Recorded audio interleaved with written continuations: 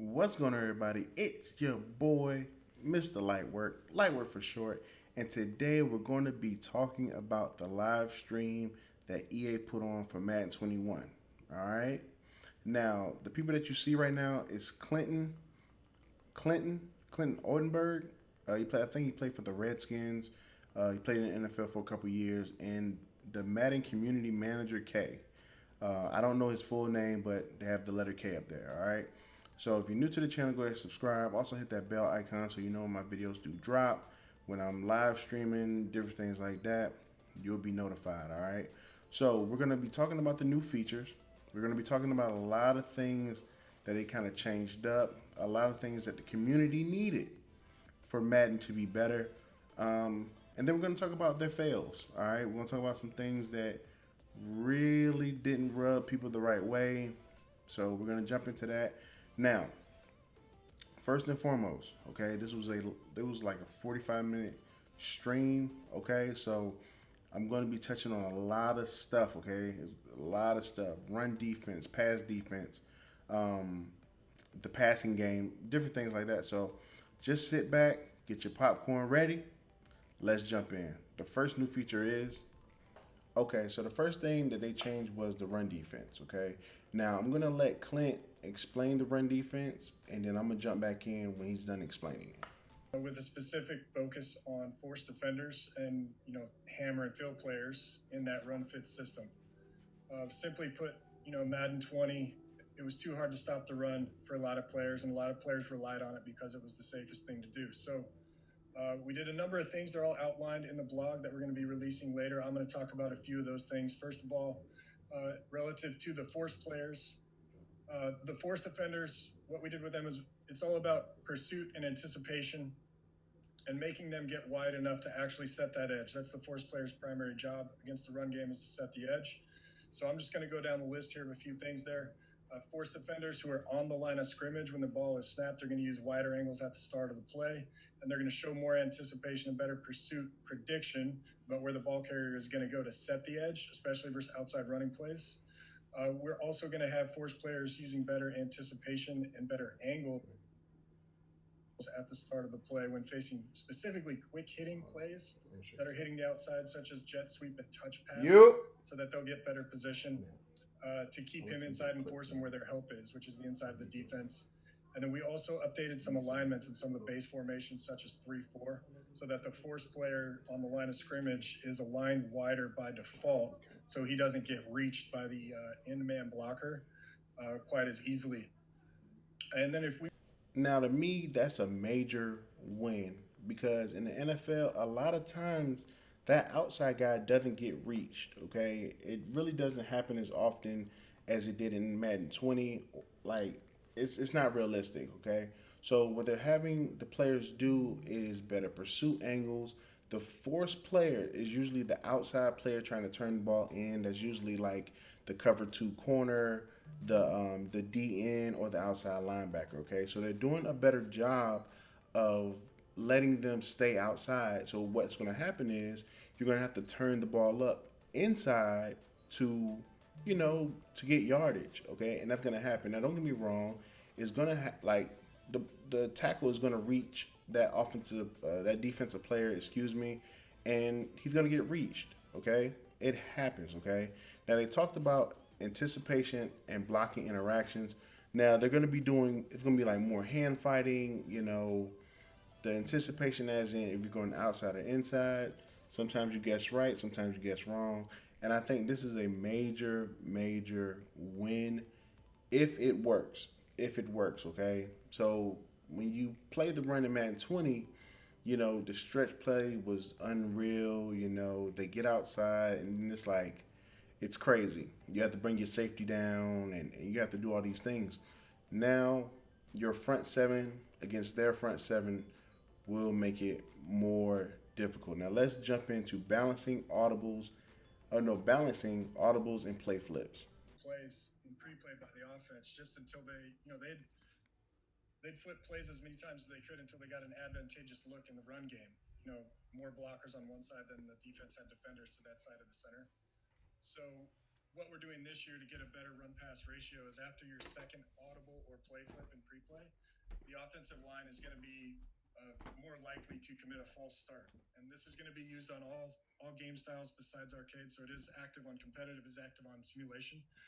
But on that third audible or flip play, the chance to get a false start kicks in, and then each corresponding one thereafter, that chance of a false start significantly increases. And the idea behind that is just simulating. And I can tell you this as an offensive lineman myself, if I'm down in my stance and the quarterback changes the play 7 times, it's pretty likely I'm going to get a little bit confused and maybe false start occasionally.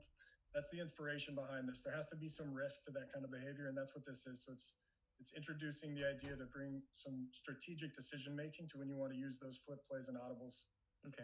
Now I love this. The reason why I love it is because I've played guys that have flipped the play, flipped the play, flipped the play, and you're kind of all over the place, and they're just doing it until they get the right formation against the right defense, which is understandable. But the penalty this year is you're going to get a false start from your offensive line. I think that's real because offensive linemen need to know what the play is. And if you're changing hot route and doing all this stuff, not hot routing, but audibling and changing the play and different things like that, they're more keen to come off false start or make a mistake. So I really like that new feature. Now he's talking about the tackling improvements and different things like that. So listen in. Defenders out in open space are also going to be more aware when they're near the ball carrier, especially versus like impact blocks. Some of the things that we saw last year is when a defender would get impact block, but he was very near the ball carrier. Sometimes he wouldn't react soon enough to that nearby ball carrier, and you could just run right by him. So now, no matter what point at which that animation starts for that impact block, he's going to be able to break out seamlessly to tackle the ball carrier. And then we also did some work to hit sticks and dive tackles to make them a little bit more accessible and functional. That comes together with our new breakdown tackles for a little bit more user-friendly experience. What we did there is basically you're going to feel your momentum respected a little bit. For example, dive tackles, a lot of times you would dive from behind the ball carrier and you felt like you were in range or gaining ground to make that tackle, and you would just lose your momentum and kind of fall over. So you're going to continue that momentum through, and if you are actually gaining ground on the ball carrier, you're going to get at least a successful tackle attempt on that ball carrier. Yeah, and right now what I'm doing is I'm playing a clip, and it's actually from the deep dive trailer where it's a breakdown tackle with Lamar Jackson. Okay, so what do y'all think about the breaking down and making a tackle?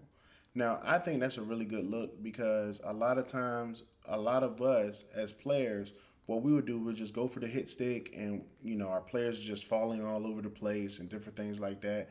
So now, for you to have a successful tackle, you gotta break down. Okay. Now, I'm not gonna let y'all hear about location-based tackling because with location-based tackling, it's basically this: wherever you're at on the field, if it's near a first down or a goal line, certain things are going to play a part. Your vision, your awareness, the defensive player's awareness, his vision. Like a lot of this stuff is going to play a part. His strength, your strength, all those things play a part now. So I'm not going to let y'all really hear that because y'all been hearing about it over and over and over. It's a big improvement. If it happens, if it works correctly, then great. But if it doesn't, then it sucks. But we're gonna jump to another feature, and I'm gonna let y'all listen in on that. Zone drop coach adjustments, and I do have some screens. This is the kind of like the first time that we're showing some of these screens from in game. I'm going to go ahead and put them up on the screen. One of the things this year that I think some of our hardcore players are going to be excited about are the ability to go ahead and make these coaching adjustments for zone drops in the flats. You'll see here that's going to override the drop depth for hard flat, cloud flat, and soft squat zones.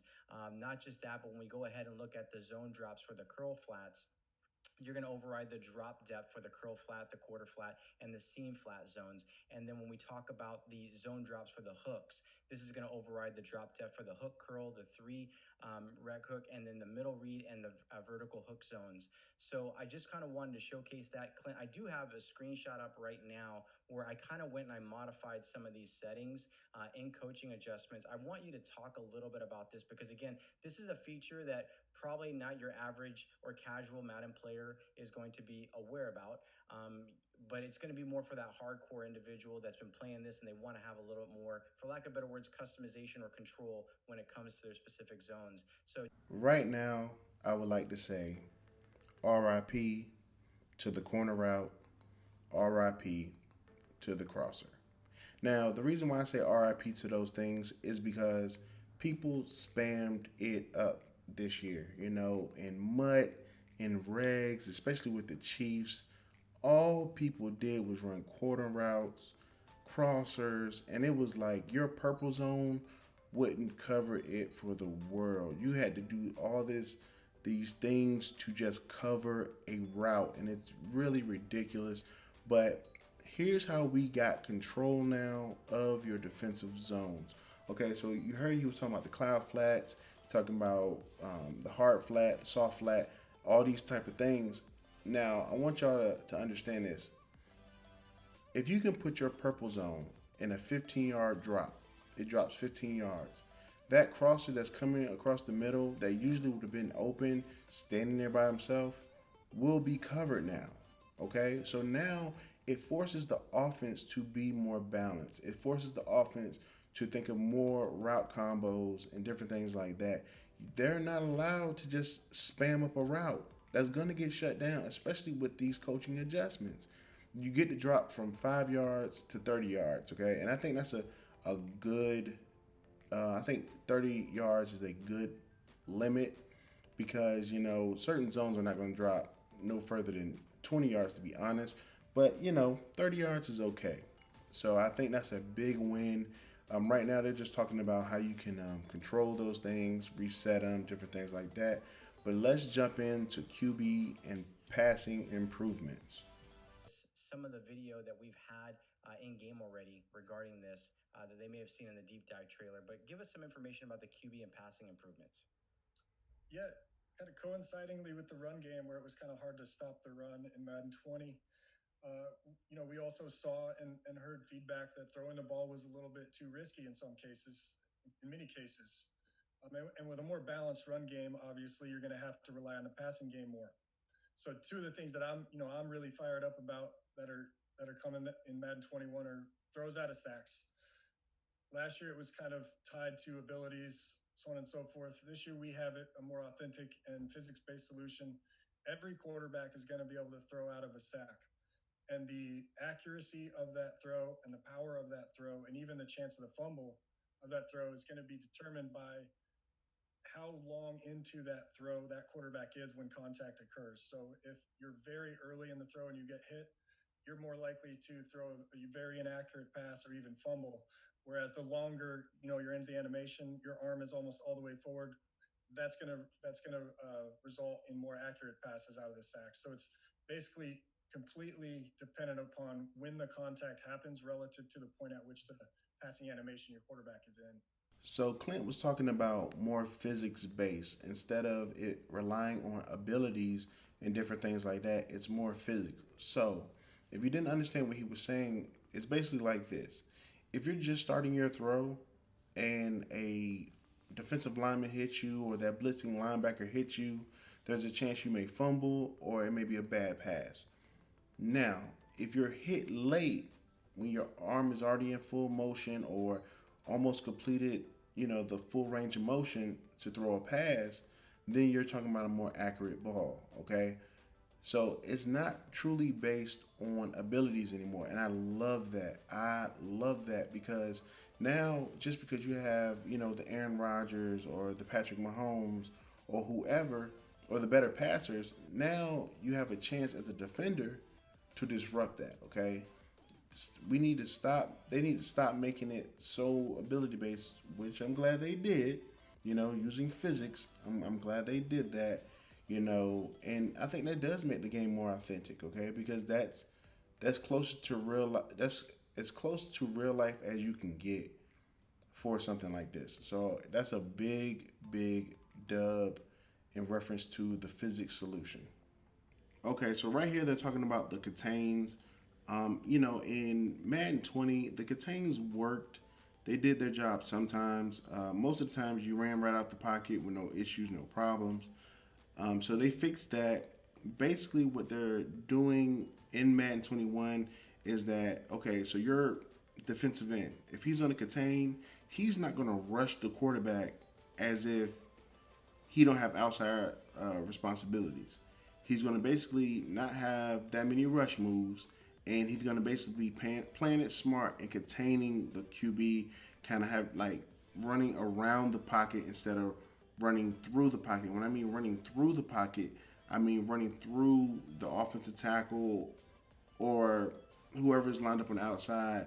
He's going to kind of run around. He's going to take more of a wider angle to rush the QB, especially if the QB is in the pocket. Now, once that QB rolls out of the pocket, he will take a better angle at the QB, okay? So, escape artists will be deadly as always, but not so much this year. This year, they really focus on containing the QB, especially like the escape artists, Lamar, Pat.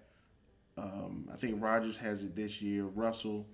Those are gonna come up big in Madden 20, especially in competitive play. So let's jump into the next thing. Okay, so the next thing they're gonna talk about is player packaging, the substitutions, different things like that. I didn't want to bore y'all with that, so I'm gonna give y'all a quick breakdown of that. So with your personnel, if you're in 12 personnel, you can audible to different formations that have the same personnel. The end.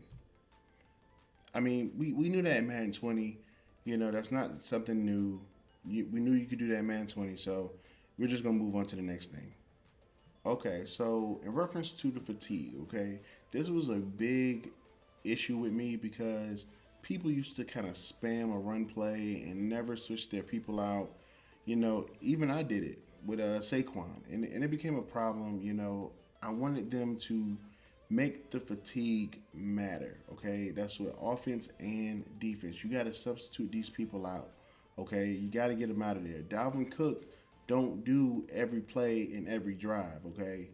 That's not real. That's not real, okay? So basically what he's talking about here is that you got to sub these guys out, okay?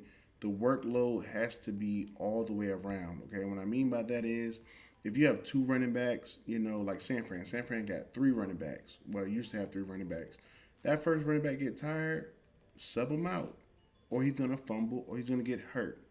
Okay? Like right here, they're showing the Wildcat with Lamar Jackson, okay? I think that's Lamar, like with Lamar Jackson. No, I'm sorry. It's with the Chiefs. I'm sorry. I apologize. And now, they got Tyreek Hill at the QB spot. Okay? Now, that's real. That happens. But if he gets tired, if he's out there running pass routes and then he has to do the Wildcat, he's going to get tired and you're going to have to sub someone in for him. That's realistic, and I can rock with that. Okay? I can rock with that. And my apologies on saying that it was the Ravens when it was actually the Chiefs. All right? So I just wanted to give y'all a quick rundown of that, and we're going to jump into the next feature. Okay, so the next thing we're going to talk about is the improvements to the abilities, okay?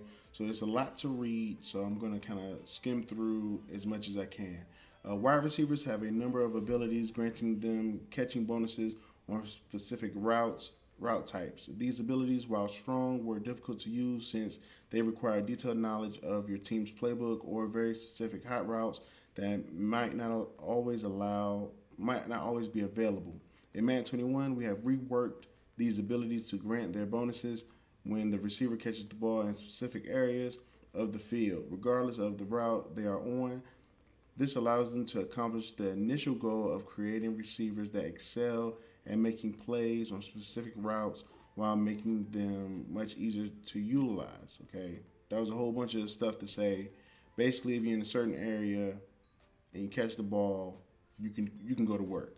All right, coverage defenders. Okay, now this is talking a little bit about MUT and regs. Okay, on the other side of the ball, we had the opposite issue with coverage defender abilities in Madden 20. Abilities like man up, zoned out, universal coverage were essential one-stop shops. It's too easy to pick one of these abilities on a defender and just set it and forget it. Ultimately, we didn't like how easy it was to make a defensive powerhouse with very little ability investment. As a solution, we have split these abilities up to multiple versions that grant their bonuses across specific areas of the field, mirroring the new wide receiver abilities. Now, coverage defenders will need to specialize in defending an area of the field rather than being able to cover the whole gridiron. Initially, universal coverage has been converted into an X Factor ability, so the idea of a powerhouse play the whole field defender still exist. You just have to earn the X factors and objectives. So that's letting me know that they're talking about MUT. Okay, they're not talking about regs. They're talking about MUT. But in MUT, they obviously changed something into an X factor. Where is it? Universal coverage, man up, zoned out.